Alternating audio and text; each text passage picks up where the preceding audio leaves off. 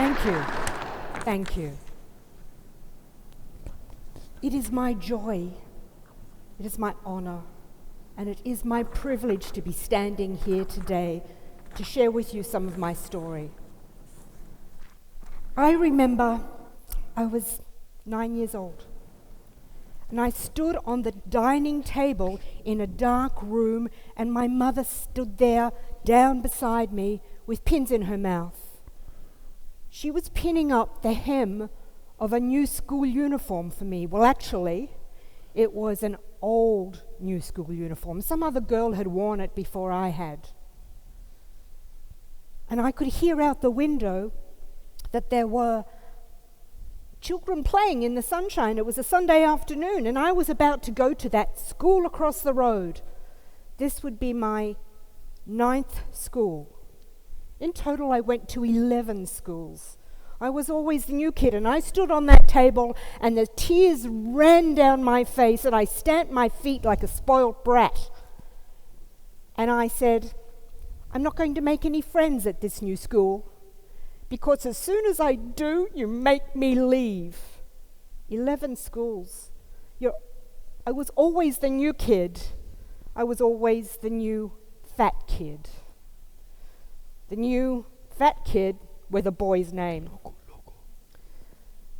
And so I left that school. I left another school and another school. I left 11 schools. And the day that I left school, I never saw a single person that I went to school with ever again. I became a loner. I forged my own life. And then I realized I wanted to do something of value. I went into the media. I mean, we all see it on TV. Media's fun. They have parties. They get together. They have a hoot. That's what I did. And I was having a fantastic time until I realized the work that I was doing of geriatric tea parties and lost dog stories really wasn't making a difference to anyone's life. It wasn't changing anything for anyone. So I decided to change my career, and I went into advertising. And then, as you heard, I moved across to the Queen Victoria building, and I was the director of marketing there, the largest shopping centre opening ever. And from there, I decided I'd move again. I mean, I was used to moving. I was used to changing. So I moved again into marketing and public relations for small businesses, helping them do the things that I had learned to do. My key focus was helping them grow their business without having to spend a fortune on advertising. Now, I learned a lot over the years, and I believe that there are 3 pillars in business, because successful business requires us to give it our heart and our soul. And if we're not doing that, it's not going to happen. And those 3 pillars change the way you look at things. I wish I had learned these when I started in business. The first pillar is pay yourself first. I've read it, I've heard it. All my working career I heard, pay yourself first. Did I do it? No. At one stage with a business partner, I had 8 staff. I was always the one paid last, and the business partner. I remember one Friday afternoon, after the pays had been done for all of our 8 staff, I had suddenly to go to a meeting that was 60 minutes drive from where we were. Suddenly. So I got out there, I did the meeting, it was fabulous, it was really great, and then I had to make a decision. Do I put the last $15 in my wallet in my car to ensure I get home? Or do I have money for the weekend and just cross my fingers the car keeps going? I got home. There are so many things that we need to do in business. And for small business owners, I want them to not have to spend a fortune on advertising. I want them to tell their story. Did you see what I did a little while ago? I told you a little of my story. Do you know, today, no one cares how good you are. They don't care what your experience is. In the world of robots and AI, where they can do the job better than us in a lot of instances, they want to know why it is you're doing what you're doing. What drove you to be in business? What is your heart story? What can you teach me?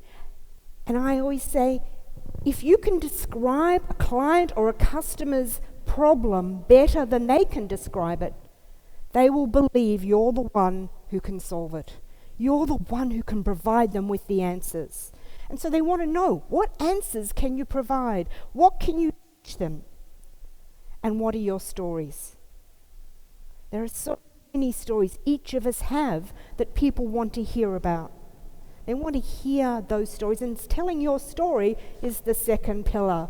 Why it is that you do what you do. And so in business, we need to pay ourselves first. Take the stress off.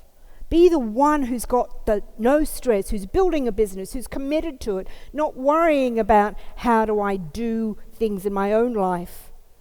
It's amazing how creative you get when you pay yourself first and when you have to run the business on what's left over. You make the tough decisions, and those tough decisions actually turn out to be the easy decisions. And then you tell the stories that are really important to you of why you went into business. I know that's what I did. It changed my life when I started doing that.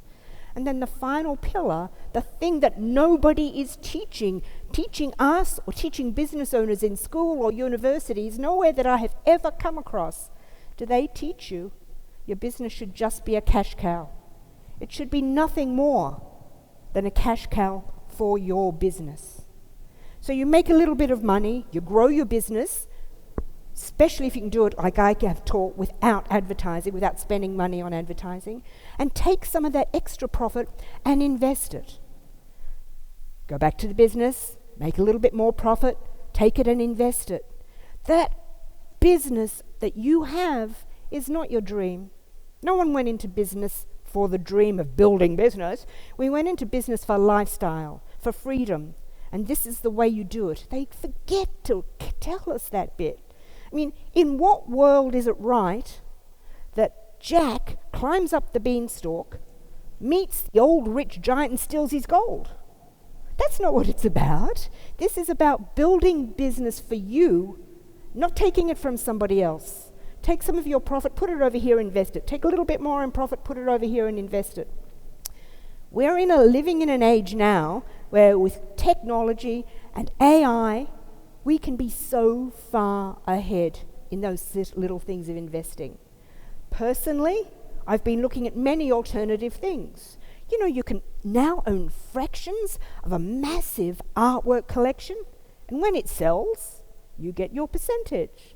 You can tokenize part of an apartment building in New York, and when that sells, you get a percentage of that increased value.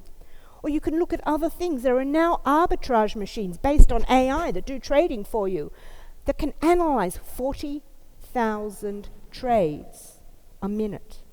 They don't get it wrong. Personally, I've been earning 8 to 9% since the middle of last year per month. Not 5% a year investing, but 8 to 9% a month. That is what we go into business for. And if I can just simply encourage you to go into business to build your lifestyle, not to be a slave to that business, but to build a lifestyle, to get what you need so that you can look at your families. I'm looking at the age of all of you. And look at your families. Give them the best that you can. Create that business for them and for you, but don't make it the be-all and end-all.